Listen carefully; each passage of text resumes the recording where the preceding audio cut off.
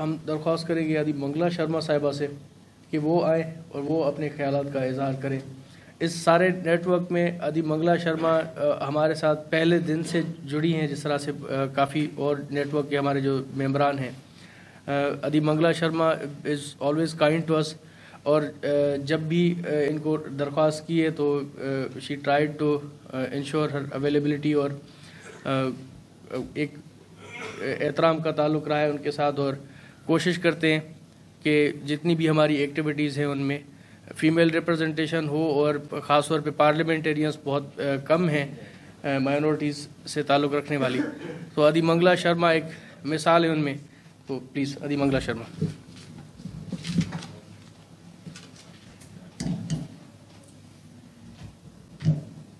हरिओम गणेशाय नमः। सबसे पहले शऊर फाउंडेशन और कराची इंटरफेथ नेटवर्क को मुबारकबाद। स्पेशली मुझे कभी कभी लगता है कि ऐसा लग रहा है, कम से कम मेरी ज़िंदगी में मैं देख रही हूँ कि आज तो एक हिस्ट्री हुई है क्रिएट, क्योंकि कराची हो, इतवार का दिन हो और सुबह का टाइम हो, और उसके बाद अगर ये हॉल भरा हुआ हो तो ये तो फिर तारीख़ी रकम हुई है। और मैं खुद पर्सनली जब मुझे भी फ़ोन किया, मैंने उसको बताया सैफुल्लाह को, मैंने कहा भाई संडे, और मैं पहले भी संडे में कोई 12 बजे से पहले नहीं आया था, तो 12 बजे के बाद भी अगर आपको शुरू हो जाए तो बहुत बड़ी बात है। लेकिन ये कम से कम इसको अगर हम पॉजिटिव लें तो ये चीज़ है कि हम लोग जो है ये वो लोग हैं जो कुछ करना चाहते हैं। जब करना चाहते हैं ना तो वो फिर आपके एक्शन से जाहिर होना चाहिए, ना कि आपके वर्ड से, और ये वो एक्शन है।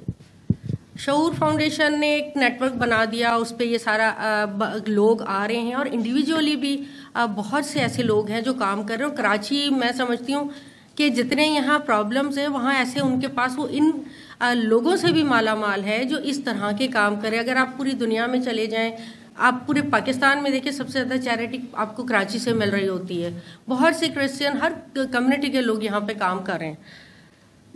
अब मुझे कहा गया था कि मैं बात करूं human rights as a minority rights के पर्सपेक्टिव से। मैं समझती हूं कि जो ह्यूमन राइट्स है, देखिए आप ह्यूमन राइट्स और माइनॉरिटी राइट्स, पहले है ह्यूमन। आप ह्यूमन हैं, आप ह्यूमन हैं तो आप माइनॉरिटी हैं ना। आप माइनॉरिटी होके तो ह्यूमन नहीं है।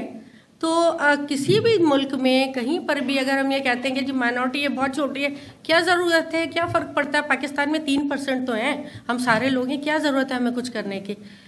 लेकिन कुदरत ने कुछ चीज़ों को इस तरह से रखा है पूरी दुनिया में। आज अगर हम यहाँ कहते हैं जी हम माइनॉरिटी हैं, लेकिन किसी जगह जाएँ तो हमारे ही मज़हब के लोग बड़ा फ़ख्रिया कहते हैं जी हम तो मेजॉरिटी हैं, हम जो चाहे कर लें। तो कहीं कहीं माइनॉरिटी है वो वहीं पर मेजॉरिटी भी है। और ह्यूमन राइट्स की अगर हम बात करते हैं तो सारी हुकूमतें, देखिए होता ये, जब बच्चा अगर छोटा होता है घर में जो कमज़ोर होता है तो वो उनका वालिदैन का, घर के बड़ों का ये फ़र्ज़ हो जाता है कि वो उसको थोड़ी एक्स्ट्रा उसको आप सपोर्ट देंगे, तब वो जाके औरों के साथ चलने के काबिल होगा।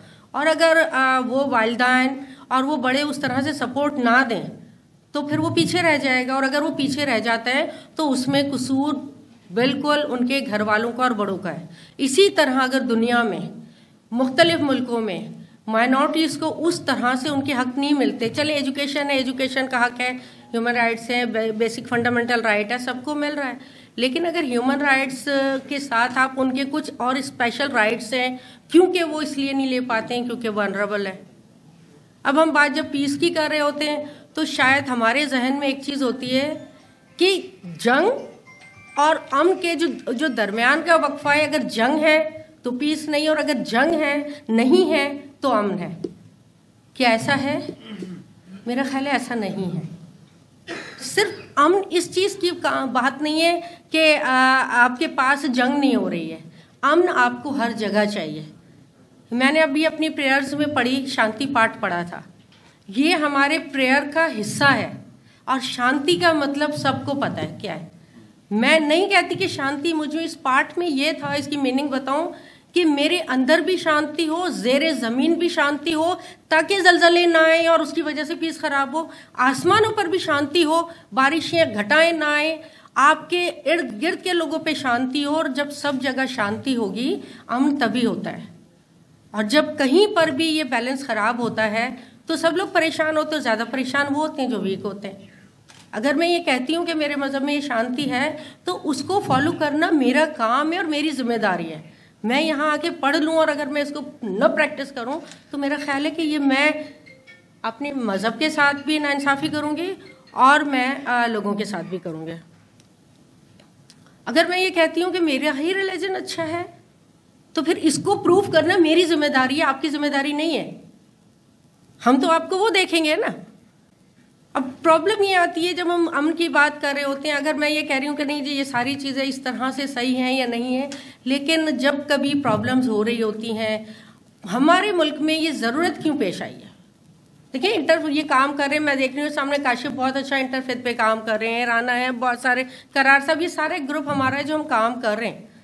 लेकिन हम शायद काम करने वाले भी हैं यहाँ पर और तकलीफ़ें या प्रॉब्लम क्रिएट करने वाले भी हैं, लेकिन शायद वो लोग ज़्यादा हैं जो तकलीफ़ में, परेशानी में देख के खामोश रहते हैं।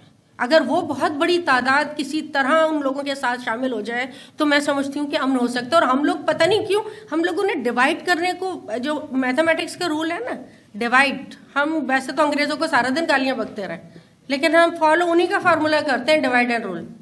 चाहे वो हम अपनी ज़िंदगी में हो या अपने इलाकों में हो या कहीं पर भी हो, हम लोग मल्टीप्लाई करना भूल गए। हम अच्छी चीज़ों को क्यों मल्टीप्लाई नहीं कर रहे होते। तो ये सारी चीज़ें हैं। हम आज मैंने एक बात की, यहाँ से हो सकता है मैंने 50 जितनी बातें करूँ सब गलत होंगे, हो सकता है गलत हो, कोई एक बात तो सही होगी ना। इतनी तो मैं नहीं, एक बात तो सही होगी। अगर यहाँ 50 लोग बैठे हैं और 50 लोगों में ने एक एक भी बात सही कर दी और वो 50 बातें 50 लोग सिर्फ 3 दफ़ा मल्टीप्लाई करते हैं तो एक चीज़, लेकिन एक फार्मूला है सिंपल, हम 2 लोगों को और अच्छी बता दें हम अपने साथ, तो हम क्यों नहीं कर सकते। तो नामुमकिनात में नहीं है, हुआ ना। एक 30 लोग आए, 30 लोगों ने आके नेटवर्क 30 लोगों का बना, आज 50, 60, 70 हैं और इंशाल्लाह इससे ज़्यादा भी होंगे। तो मकसद ये है कि पूरी दुनिया में अक़लियतें भी हैं और हमें हमारे मुल्क में, देखिए हम बात कर रहे होते हैं, अभी हम वनरेबल हैं ना, बेशक मैं कितनी भी हूँ पावरफुल, वनरेबल है, इसकी किसकी जिम्मेदारी है। जिस तरह कमज़ोर बच्चे की जिम्मेदारी इसके वालिदैन होती है और वालिदैन के साथ साथ सारे घर वाले होते हैं, तो इसी तरह अगर हमारे मुल्क की बात करें और अगर माइनॉरिटीज़ को कहीं प्रॉब्लम है तो स्टेट के साथ आप सब लोग भी जिम्मेदार हैं, क्योंकि आप भी उस घर के हिस्सेदार हैं। और कहीं ना कहीं अमाल का तो होता है ना, नियतों का दारो मदार अमल पर, अमल हम करते हैं तो कहीं ना कहीं हम उसका कर्म, हम जब हमारा ही तो सारा, अगर हिंदू को आप उसको मैथोलॉजी को देखें तो हमारा तो है ही सारा कर्मा पे, हम कर्मा की बात कर रहे होते हैं। आप जैसा करेंगे आप उसको फल उसका मिलेगा, आपको वैसा ही मिलेगा। सारी चीज़ें आप अगर आप अच्छा कर रहे हैं तो आपको हो ही नहीं सकता कि आपको अच्छा ना मिले।